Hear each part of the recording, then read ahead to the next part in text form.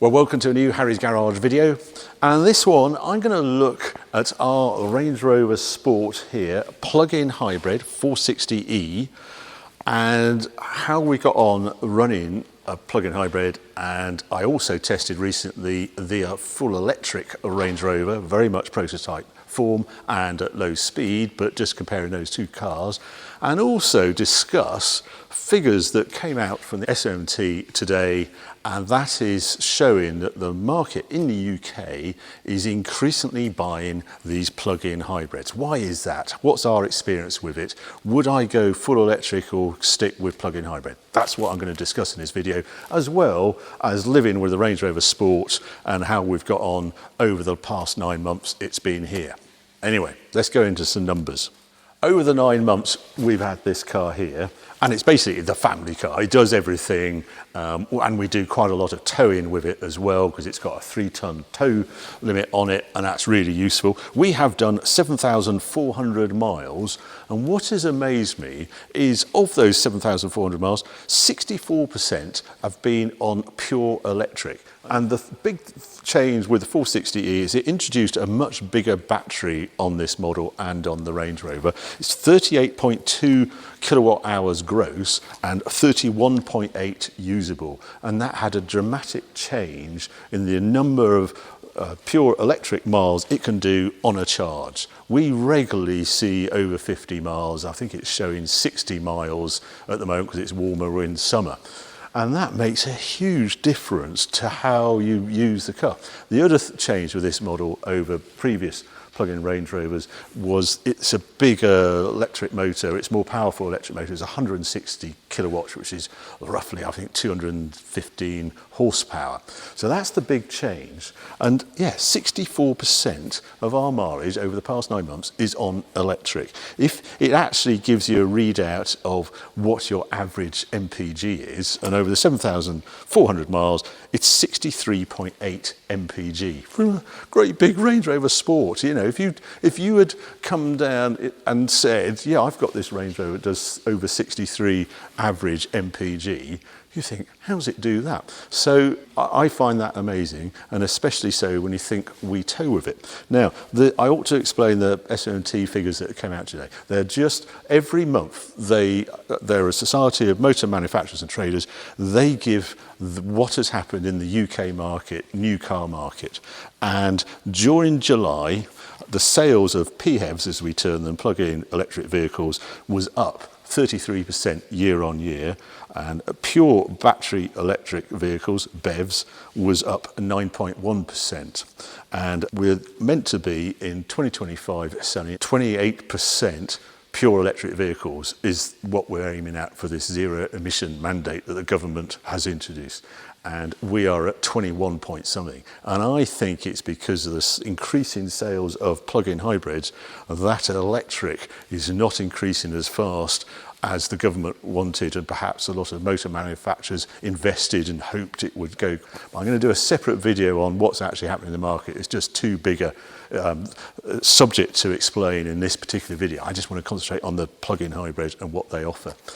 And that is a huge change. And it does mean, well, they're still selling more pure electric cars, so 29,825 in July, as against 17,500 plug-in hybrids. But it's really coming up on the rails, these sort of cars, because I think it offers quite a lot of usability. No. It's interesting, I've had a Range Rover in our lives as the family car since 1990, and I swore blind I would never have a sport Range Rover Sport. No, they're not for us. Yeah, that's not a family car. But I do find with this generation, I prefer it to the full-size Range Rover. Much as I like the design and its statement, the new Range Rover, this Range Rover Sport I like because it's not really, I don't think it deserves the name Sport. It's just an alternative Range Rover, full-size Range Rover, because it is much bigger inside than previous Range Rover Sports, and that's especially so in the back. You even get sort of electric seat adjustments here. They're always quite cramped in the back of Range Rover Sports, but not so with this one. And the other reason I quite like it is just I like the design. It's sort of quite sporty, I suppose. It's shrunk. I find the new Range Rover Sport is a big car, and I don't particularly like the split tailgate on the new Range Rover. I find it slightly annoying. I love it on the 322, but on the new one, it all feels a bit weak, and how this bit flops down. This is actually much more convenient, especially when you've just got a button to open and close it. And it also has a tow bar on this one, which works really well. The weirdness, if you buy a diesel Range Rover, I had a D350 one of these before, that was all smoothed off and no exhaust, yet this thing has these most enormous sort of exhaust finishes. But I do like the design, and I do like it in red. The family aren't quite so keen on the red as I am, but I just think, well, it's a lease car, it doesn't matter what the resale. I've always liked cars with colour, so I really quite like the red on it as well. Anyway, I'm going to take you outside and just explain some of the differences between having this plug-in Range Rover and what I had with the D350, which I had before, the diesel, which one I'd go for and how it differs to the electric Range Rover. But I want to do that from behind the wheel. Right, inside, well, is very familiar dash layout, same as on a Range Rover as well, and this being a 24 model year, you don't get the heater controls, they're actually on screen, which I'll look at in a moment. I'm looking at, I've got 82% battery and 46 mile range, and I can't say it feels uber luxurious in here, but it is a nice place to be. The leather doesn't feel super quality, but I've done so many miles on this, it's all very comfortable. And it's got the annoying things where you have to control vents inside and that sort of thing. I'm going to just power everything up, press that energizes everything, and massive bonus points for this button on the steering wheel that does turn all the ADAS off. One press gets you to driver assistance, and I press it again, I'm in custom. I think it's fantastic that that is done, and there's no going through the screen or whatever. It's on the wheel, it becomes automatic, and custom is good, means you can leave things on that you like, you know, blind spot indicators on the mirrors. I like the crash as well, if it sees something on the radar, all that sort of things, but just gets rid of the annoying steering interference, which is just not on, and also the speed limit warnings bonging away whether they've got it right or wrong. And that's it really. Move off, I put it into drive, and we will disappear off. Yeah, it's a different route. I'm not going to go my normal route, because I just want to show you how this electric, it sort of enhances the experience. There we are, locks the car, but you immediately start in electric mode.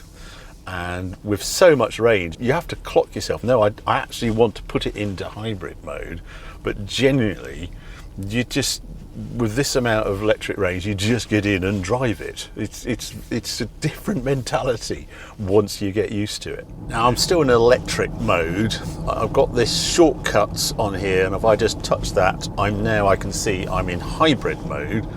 Nothing changes, because we're only doing what we're doing. We're doing 44 and a 50, and that's plenty of power from the electric motor to just cruise along, yeah, at this sort of speed. And it's very clever how it manages it. If I take my foot off, I'm almost doing that coasting. There is no real regen going on. But I've noticed if you're on a hill, you don't actually speed up, it does actually add more regen. So now I'm braking, it's doing a regen.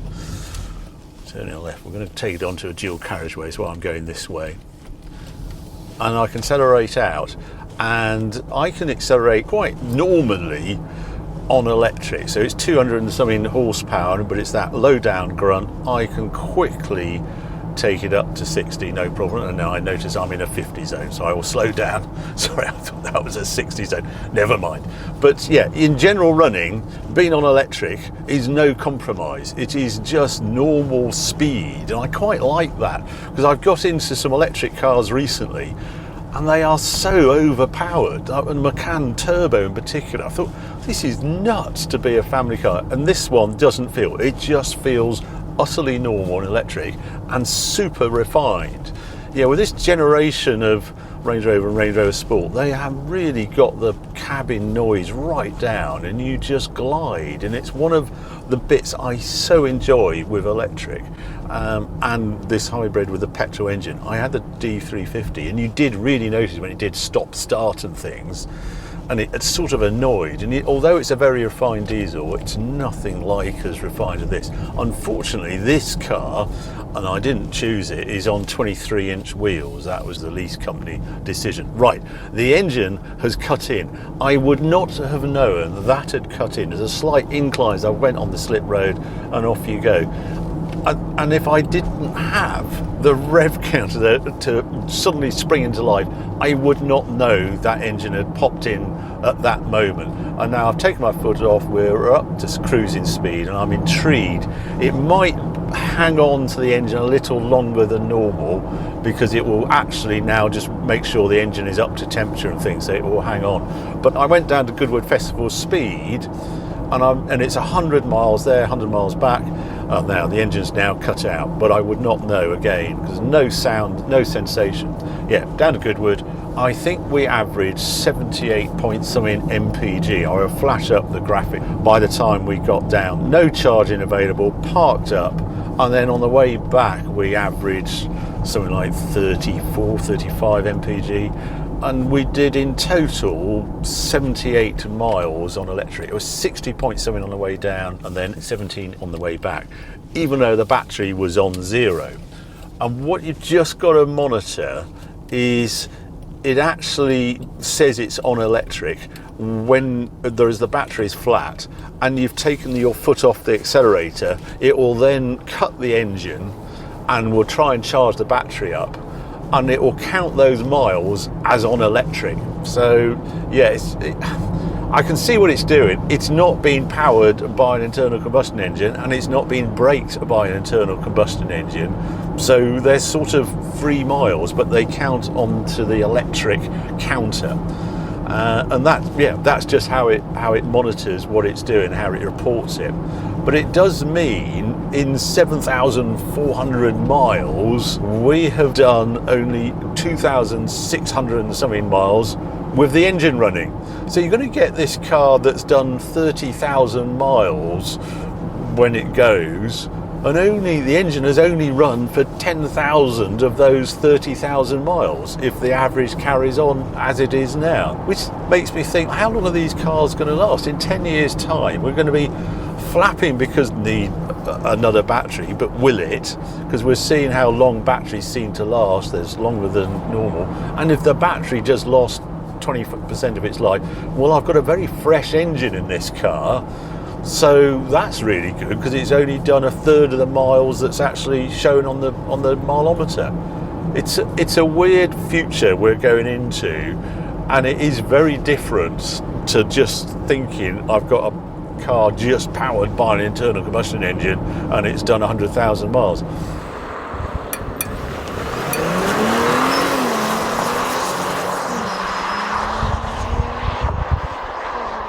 It's remarkable how little the engine runs, and how keen, once you've got it in hybrid mode, it is to turn the engine off.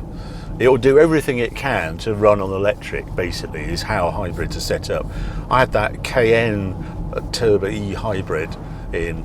I was really quite taken with the Cayenne because it offered so much, because it could do this economy, it could run on electric like this. It was more dynamic, it's got the battery in the back, and the weight distribution was really quite good for handling. And yeah, it was a bit of an eye-opener that these plug-in hybrids do have something to offer, because they can help the dynamics of the car, because the weight distribution is that different. It's more rear biased than having a great big engine up the front. This is where it really scores on electric. When you're in low speed stuff in town, and it's just very relaxing, and if you have to come to a stop, and the way it can just move off, just glides off with no sound, I think is the real plus of electric. And here I can see it's now trying to regen, because I'm going downhill, and it will just use that downhill knowing that it's a low limit, and it will just add regen to the car. normally, as I say, it just glides. Yeah, as I say, towing, 3-ton capacity of this, and we use it quite a lot for towing. I always forget to record what actual numbers it's done, but I took the Porsche down to Topaz, and it had already done 20 miles on electric that morning, put the trailer on, went down to Topaz. I think it did something like 24 mpg on the way there and 18 on the way back. So when I had it with the diesel and towing the same trailer, it was either side of 20 mpg, so 22 to 19 was what it would do. But if you were towing regularly, you would have the diesel. It's just more suited, much as the electric or this plug-in hybrid will do it. Occasional ones, no issues at all, but the diesel would be the better choice. But it's just nice to have that. And I think that's the dilemma I have if I went full electric with Electric Range Rover. What are the advantages of it? And what they were trying to sell it to us was refinement. Well, I've got amazing refinement here. And 2, just actually off-road ability. The wheels, the control of slip was infinitesimal. They could detect slip and control it even quicker than they could when you've got a regular engine doing that sort of power in the wheels. Well, yeah, it made me think, well, how many full-size Range Rovers do proper off-roading these days? I think it's remarkably few, I would imagine. And so that wasn't really selling it to me either. And I suppose this is the dilemma I have with it. If I've now got into this, and this is a £90,000 car, if I got full-size Range Rover, it's £115,000, so £25,000 more, and it's 30% more expensive for the full-size Range Rover. Why am I going to pay a further premium to go pure electric, apart from sort of bragging rights or something to have the pure electric version? If I'm doing 64% pure electric, if I wasn't doing the towing, I bet I'd be over 80% on electric. So yeah, I think it's going to be a hard sell to anyone who's got into one of these long-range plug-in hybrids to actually go, you know what I really want is a pure electric car. And I think that's why they're proving so popular, because what's always got me about Range Rover, it's the do-anything car. And I feel a drivetrain like this actually plays to Range Rover's strengths. It's the family car. It can go do the long distance stuff. It can pack everyone in. Doesn't matter what the weather's doing. That has always been the beauty of Range Rover. And by adding this plug-in hybrid drivetrain, well, they've added to the versatility, because I can do 60 miles on electric as and when, if I'm in an inner city, then it will do that as well as going up to Scotland or go to the ski holiday or down to Cornwall. Does it all. That is amazing to me. Yeah, I think that the downside, I think this car is misplaced being called sport. It is not a sporting car. It doesn't have the steering. If you get into a Cayenne, the steering is so much better than this. It just feels more dynamic. This doesn't. This just has extra volume. It has roll control. It's actually more accomplished when you actually push it, but you're not in any way encouraged, I find, to push it. So yeah, I don't understand why it's called sport. Also, it's too heavy, but they've just played to this off-road ability and the tow ability, and both of those things add weight to the car, so it's almost unavoidable of Land Rover. And I did put it on the scales, and it's something like 2,700 kilos, but then it's also the same weight as my L322. It's the same weight as a Discovery 3. Range Rovers have always been the wrong side of 2.5 tons, and this one's no different. And I understand that pure electric Range Rover will be a similar weight to this as well.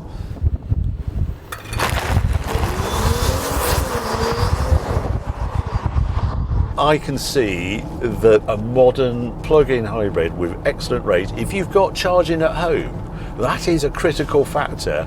then it's a very good way to experience electric motoring. And I think we're going to take a lot of persuading to come out of this. The people who want us to go pure electric, the issue they have with plug-in hybrids is they can never be as efficient as a pure electric car. Well, one, you just got to look at the shape of this thing.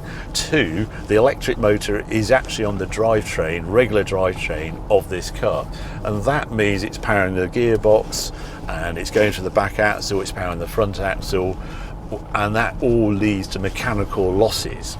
So this car will only achieve 1.6 to 1.9 miles per kilowatt hour, when a good electric car will do in 3+. But yeah, 2 to 2.5 is where some electric cars of this stature are.